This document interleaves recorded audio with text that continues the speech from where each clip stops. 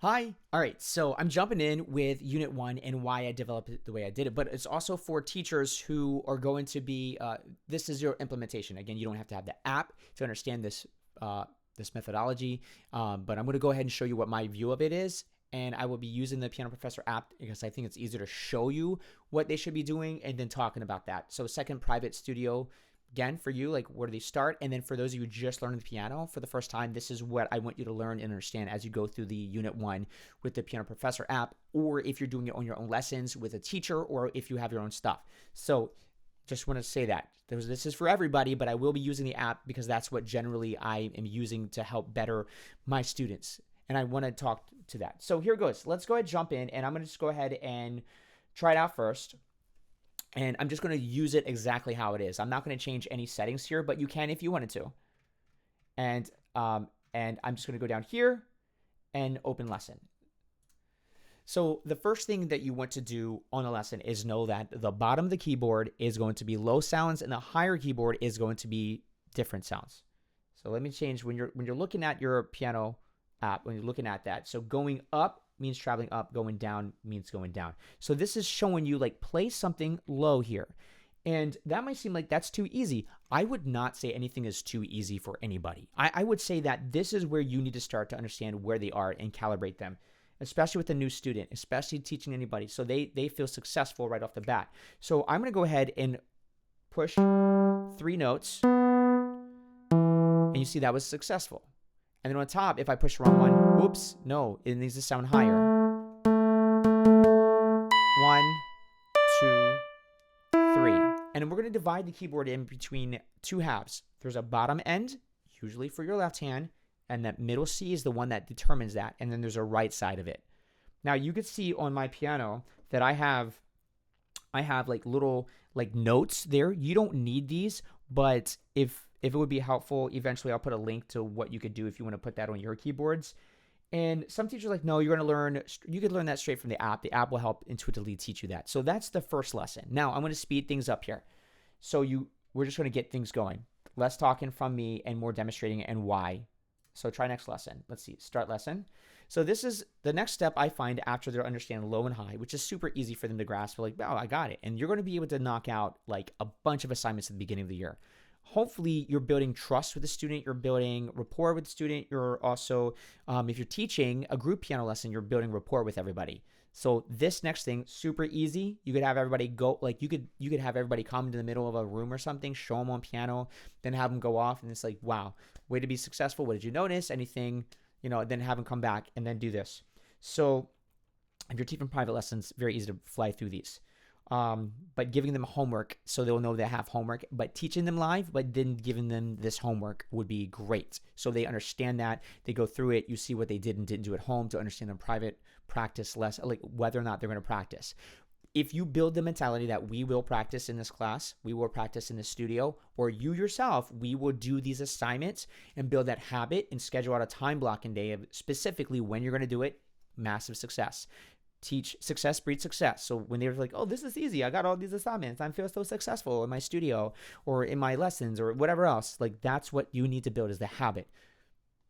Practice makes habits, not perfect. So now we're going to understand, this is the next section I would do anything, and that's 2 black keys on the bottom. You want to find out that they could know where C is all the time.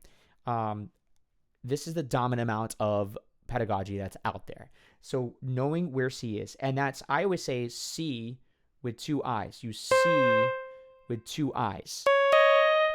Get it? C. Okay. Anyway, the point of it is that, or to the left is C. So you're basically right here just finding 2 notes C's. And then after that, you're going to find 3. And a circle is like, okay, now find a 3. And my son who is 4 can do this. There we go. You did it. Like almost there. Like your lesson. Good job. You found them, blah, blah, blah. And so if they can identify with the 2 keys and the 3 black keys, then we're going to go to the next lesson. It's going to basically turn the piano sideways. So they can see with no staff at all. Let's not stretch them out with staff. Let's build. Success breeds success. Let's scaffold this appropriately. So parents, I would recommend you making yourself a student and making that happen. You also have access to private studio. Parents, I would do private studio rather than classes now. I have that access now. So take a look. When you push a button, this will come up. Now, the staff goes when the staff when it goes up on the keyboard, it goes right. So you really want to go ahead and concentrate on where that's happening here. So if you take a look at this, the great thing is when you're having them play, I push a button. Oh, that's too high. I can see that down here. It's going to be, oh, I missed it. Well, it stops. I'm like, okay, let's practice. Okay. Gotcha. It's a stop and go. Got it. We want to identify those two black keys wherever they are. There you go. Try next one. The cool thing about this, it will take the highest score if a student does it. And you can see how many times that they have completed it. I just added that to it. Okay, there it goes to 3. Let's check it out. Again, it shows position. Okay, there it goes. So higher means to the right, and that's what we're teaching. What happens if they press it too early? They want to be able to, this practices them doing it on time when it hits the line. Again, we're not trying to teach a bunch of skills at once. There's a lot of piano apps like a month they're like throwing you into the fire, like this, go, do it, go. And you're like, we're not doing that. We're scaffolding so we can feel successful. One little step at a time. Now, this one's basically where finding C. So it basically says, press a group of 2 black keys together. Type or click what works. Now, I'm going to go ahead and, okay, 2 black keys together. Cool. Now, it says, then the white key, 1 step left. And it highlights it down there. Like, what do I want to... Oops, the white key just to the left of the black key group. There it goes. And then I understand now as a student, like, oh, that's what it wanted. Okay, maybe, okay, let me do something else. No, no, no. Okay, now I'm going to go ahead and... Oh. Well, I didn't do so good on that. I'm going to replay it again. So this will, like, okay, 2 black keys. There it goes. Now you know where the C is. You know how to identify and find the 2 black keys, which is very important. Baby steps. We're not like, anybody could do this. My son's doing this now, my 4-year-old. So we're actually using it for that. Now you know. Group of 3 black keys. Then find the white key to the left. Do you want to tell them that's a C, that's an F? Too much information. No. We're just trying to find where the 3 black keys are and go to the left of it so we can find C and F later on. They know now. Bam, I got that mastered. Cool. Now C and F landmarks. Then it says C and F. Oh, now we're playing C and F. F is higher than C. So we're going to go ahead. Okay, let's press it. Okay, C and F. They can use 2 fingers. It doesn't matter what finger they're using now. We're just learning where C and F is. They're anchors. Well, that's a high C. Well, how do I... Oh. No, too high. Too high. Oh, okay. Good. There you go. So we have that. Now we're going to try the next lesson, or you could just replay it. You know, tell them to get 100% on everything at this point. And you can see whether or not they practiced. Okay, let's see. Now, what are we doing? Oh, this is the music alphabet. So you're pressing anything to find that there are going to be letters on this keyboard. We've already identified where 2 is, where 3 is, where 2 is, where 3 is, and then saw that the pattern repeats itself. So if anybody in the studio happens to find the fact that you have students who are still not grasping it, you could have them replay it, or you could tell me, and like, I think more needs to be added here. I think, and we will do that together because those of you are founders that I'm talking to. Okay, here it goes. A, B, C, D, E, F, G. So it knows this. Now notice stems down. That's to teach them later that the stems go down to the bass clef. That's what we're going to do. Teach them later. And then, like, they get confused about the stems. They'll learn that stuff later. Let's see where F. Oh, I know where F is. A, B, C. Okay, cool. G.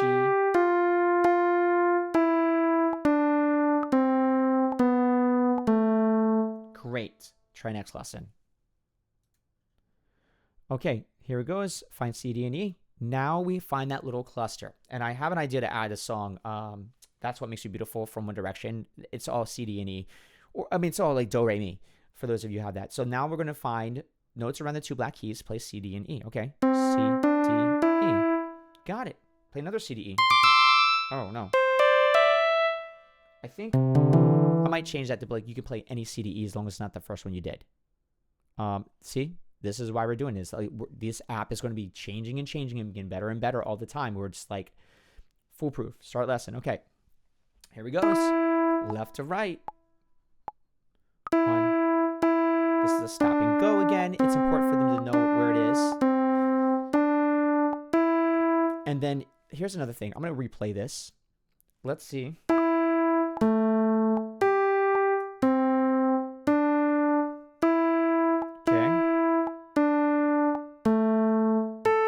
See the accuracy going down?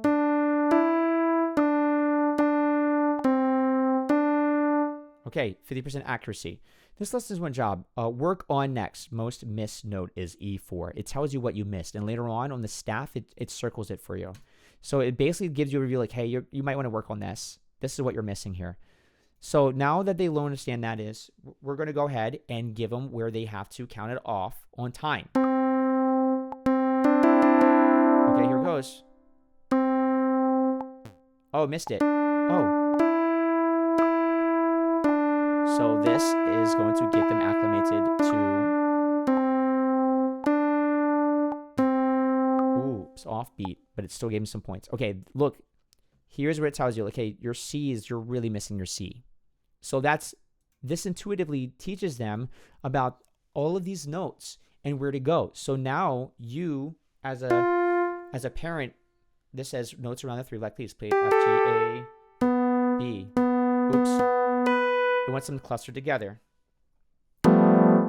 Okay, try next lesson. Start lesson. Here it goes. And now we're going to go through the same things with a G, F, and A. So we're going to make sure that this is right. So you see how like, oh, I understand where the C, D, and E is. This is F, G, and A, B. Now, once we understand these concepts, we're going to break them apart and then start going on and building. So every little thing is scaffolding. You can see already how this is going to help you learn. Now, it's not, well, I want to play right away. Yeah. How awesome would it be if we could just go ahead and play right away? This is going to teach you how to play notes, but it's also going to have features where you could actually choose chord progressions in the future, and that's coming up, and other things too. Here it goes. Still playing. All right. So what can they do? Now they're doing these exercises and feeling successful. What's going to happen after this is they're going to... Oh, that was a time thing. Okay. Look, you missed G and A. That's the thing that you're most bad at. That's the thing that you could most get better. Now you're going to play C, D, E, F, and G going up. The staff is finally introduced here at 115 to let them know that when you go up on the staff, you go up on the piano, and they can see it immediately. It's hard when you're teaching group piano because they're like, they don't correlate that. So now they can play it.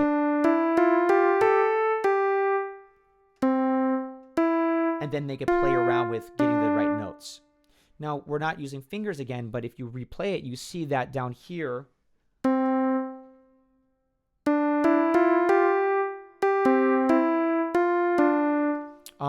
You can see down there, like, it's not going to walk you through fingers yet. They're not worried about that. It's too much information at once. And I think for anybody, just getting the basics down and feeling successful is the most important part. So now this is going through the 5 notes. Now, this is only stepwise motion. So I'm just going to go up or I'm going to go down one. That's another important part that people they don't really figure out. Whoops. There we go. So again, finding out, that's the next level that I want to teach to make sure that students understand. Like, here's the piano. This is what it does. These are the notes. It does have assigned notes to it. So they can see that. And as we go along and as people play with this more, they're going to give me feedback, the community feedback, the founders, and then we're going to figure it out together. And again, hunting pecking is absolutely okay for me at this point. And they can see what they're playing so they can start eventually using this as a remote control you would with a like Rock Band or something that actually taught how to do this in a different way. I just sold my Rock Band 3. I'm a little sad about it, but what was I going to do? Oh, create a piano app. There we go. There we go. We're practicing.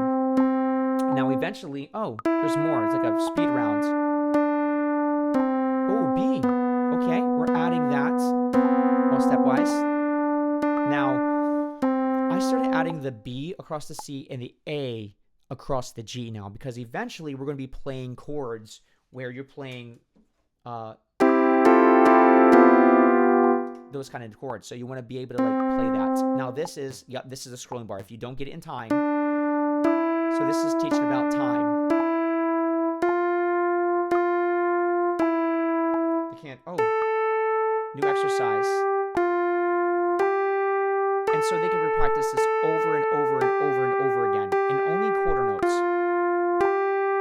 Well, what about half notes and quarter notes and the length of stuff? Yeah, that's important. It's not yet. That is going to be after fingers are placed. And that's going to be in Unit 4 when we talk about length of stuff. I believe that's when we go into that. So then there we go. This is Unit 119, warm up, play 2 low sounds. This is getting everything. This is like the final boss. 2 black keys, 3 black keys. There we go. First, C, press a group of 2 black keys together, 3 black keys together. Oh, another 2 black keys it asked for. Oh, wait, 2 black keys together, then the white key on the left. Ah, got it. Got it. There we go. 3 black keys. Cool. Lightning round, play each key. B. What is B?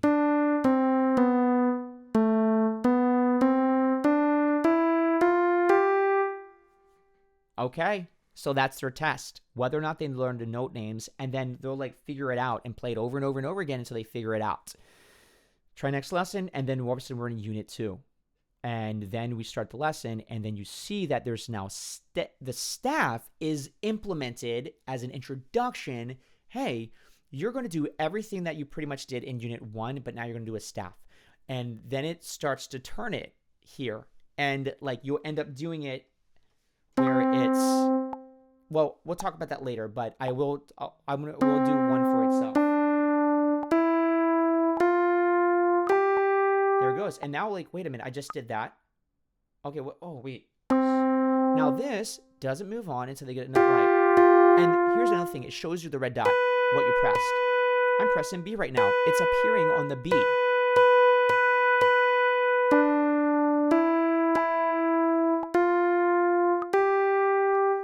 There it goes.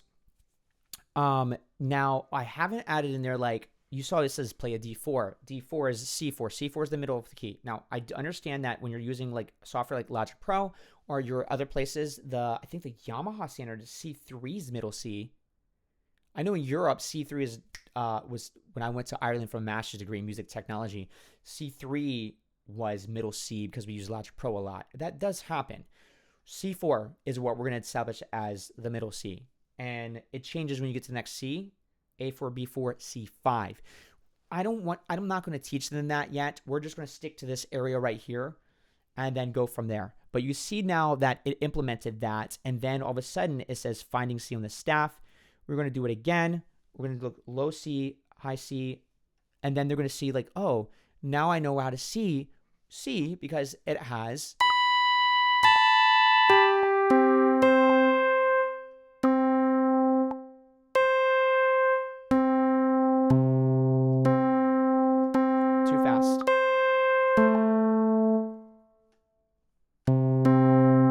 said wait for it. I think those like wait for it like just need to last a little bit longer and maybe go on the side. And then like maybe appear and then go on the side. And then like it maybe a scrolling like thing like what you did wrong.